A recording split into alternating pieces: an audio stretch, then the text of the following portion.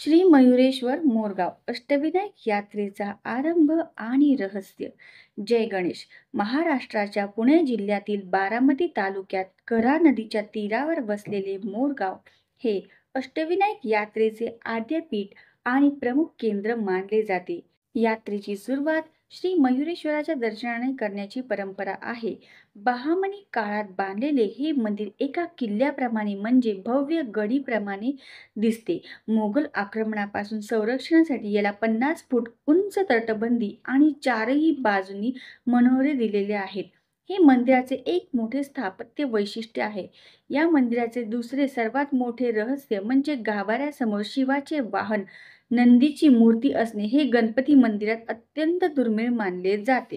पौराणिक कथेनुसार गणपतीने मोरावर आरूढ होऊन सिंधुसूर राक्षसाचा वध केला, म्हणून त्याला मयुरेश्वर म्हणतात. गाभाऱ्यातील मूर्ती डाव्या सोंडेची आणि पूर्वाभिमुख आहे.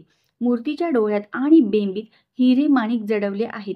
ही मूर्ती नसून तिच्या मागे असलेली सूक्ष्म वाळू, लोहकण आणि हिऱ्यापासून बनवलेली मूर्ती पांडवांनी तांब्याच्या पत्र्यात बंदिस्त केली असे मानले जाते. हे मंदिर 4 युगांचे प्रतीक असलेल्या प्रवेशद्वाराने युक्त आहे. महान गणेश भक्त श्री मोरया गोसावी यांचे जन्मस्थान असल्याने या स्थानाला अनन्यसाधारण महत्त्व आहे.